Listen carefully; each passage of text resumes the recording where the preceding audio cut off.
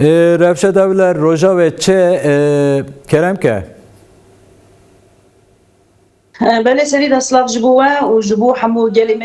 Size ve 4 parça Kürdistan'da Kuzey, Güney, Rojava, her yerdeki halkımıza, ayakta olan halkımıza ve hep birlikte Bici Berkodana Rojava diyen halkımızı selamlıyorum.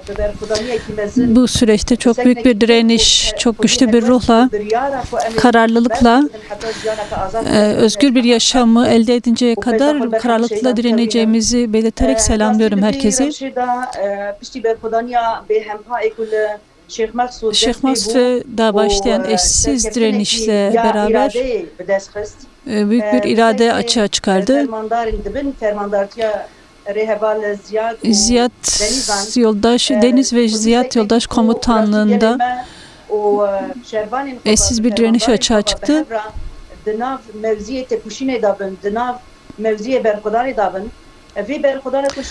Şeyh Masud'da başlayan direniş devam etti. Bugün hala saldırılar çok sert bir şekilde devam ediyor.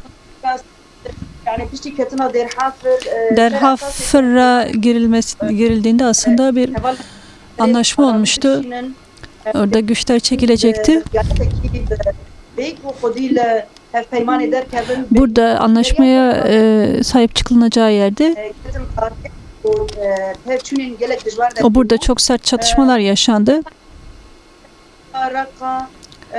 Rakka, Tapka'da şu anda da en fazla Kobani'de çok tehlikeli durumlar var. Özellikle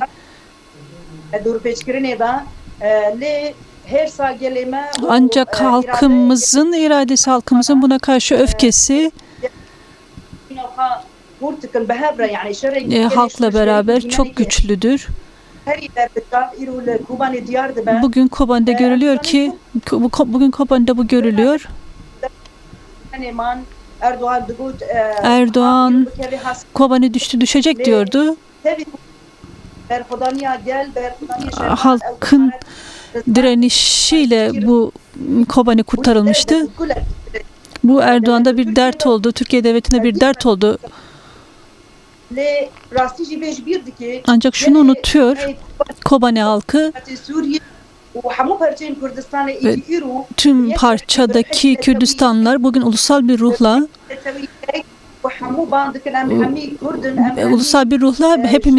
biz hepimiz Kürdüz çağrısında bulunuyor. Kobani'deki çok zorlu bir ambargo altında, çok zor bir ambargo altında. Sağlık imkanları yoktur.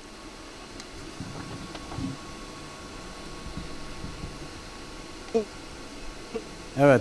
Heval bir an dengemin de bize, dengemin de. Her şeye rağmen halk karar ve irade sahibidir. Böyle heval bir an enko çeten HTŞ her zede rekstina ve eriştekine. HTŞ çetelerinin yoğun bir saldırısı var. HTŞ çıma junon hedefte giriyor. HTŞ neden kadınları hedef alıyor?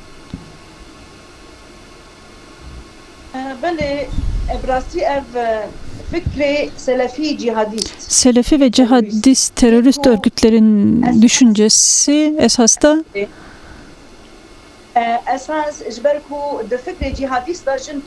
kadın yoktur. Kadın olmamalıdır. Kadın yaşamda olmamalıdır. Bizim çağrımız birçok kadın cihadistler kadınları öldürdü. Biz de buradan çağrımız Jina Amin ile başlayan ve bugüne kadar devam eden sarıldanlarda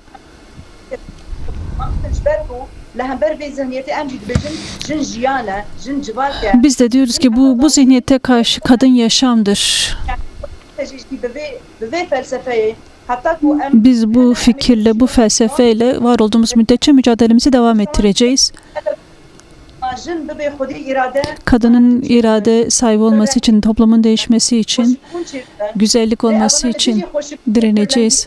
Ancak bunlar bu çok renkliliklere, güzelliğe karşılar. Tek renk, tek bayrak düşüncesindeler. Her şeyin tek olmasını istiyorlar. Biz de buna karşı ise çünkü kadının özünde bu var. Çünkü en çok da zaten kadını hedef alıyorlar.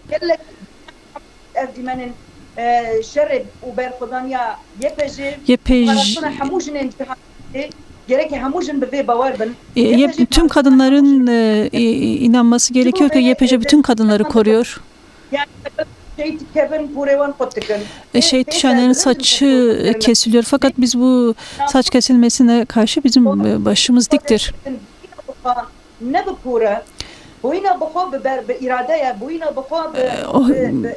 Varlık olmak iradeyle, özgürlük ısrarıyla bağlıdır. Yani direnişimiz özgür topluma gerçekleştirinceye kadar devam edecek.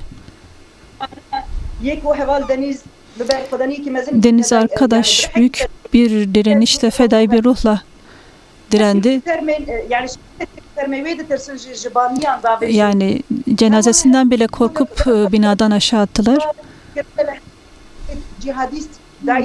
DAEŞ cihadistlerin yaptıklarını bütün dünya görüyor ama binlerce defa maalesef ki uluslararası örgütlerden çok güçlü bir tepki gelmiyor.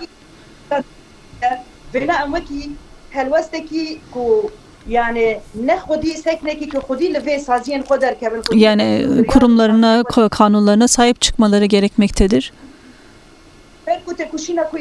Çünkü bugün burada yürütülen mücadele sadece Kürt kadınların mücadelesi değildir. Tüm kadınlar için yürütülen bir mücadeledir. Tüm toplum için yürütülen bir mücadeledir.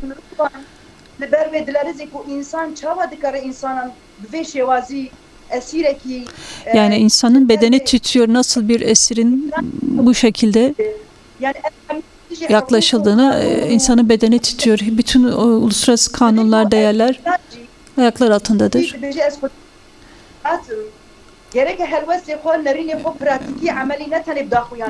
Yani sadece açıklamalarda da pratik olarak, hareket olarak buna karşı tavır olmalıdır. Biz buna inanıyoruz ki ve umuyoruz. Toplumun vicdanında, dünyanın vicdanında bunlar görülmelidir. Çünkü bu bütün dünyanın gözünde yapılıyor. Yani dünyadaki bütün kadın kurumları bugün katledilen kadınlar için ayakta olmalıdır. Çünkü bütün kadınları korkutmaya çalışıyorlar. Bizim ısrarımız, direnişimiz daha fazla yükseltip güçlendirmektir ve biz devam ettireceğiz. Hiçbir şekilde bu kadınlara dönük suçların Bele, heval biyan kam dubara bakın istersen bangava jibu gele cihane jibu jinan çe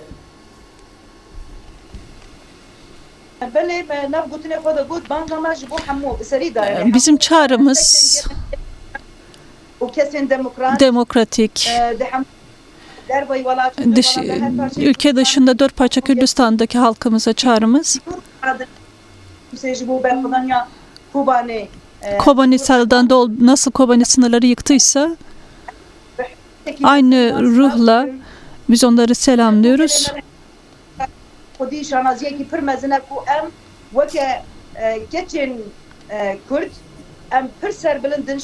Biz Kürt kadınları olarak çok böyle bir halkın mensupları olduğumuz için çok mutluyuz.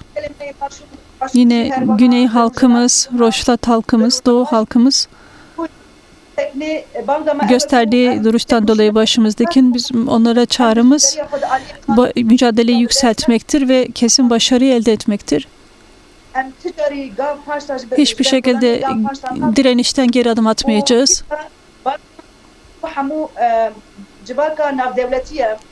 Uluslararası devletler, koalisyon devletlerine de çağrımız bu uluslararası suçlara karşı yani hem Kürtlere tavır tutum sahibi olmaları gerekmektedir bu uluslararası kurumların. Yani sadece sözle değil, pratikte de yapılması gerekmektedir. Yine çağrımız gazeteciler,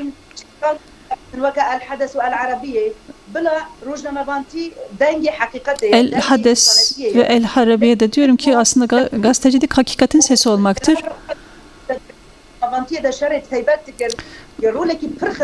Çok kötü bir rol oynuyorlar, özel savaş yürütüyorlar. Bu gazetelerde, televizyonda çalışanların gazetecilik kanunlarına göre çalışmaları ve boykot etmeleri gerekiyor. İnsanca ve hakikatin gösterilmesi, verilmesi gerekiyor. Buna karşı tavır sahibi olmalıdır. Eğer bu kanallara katılmamalı, bu kanallarda çalışılmamalıdır.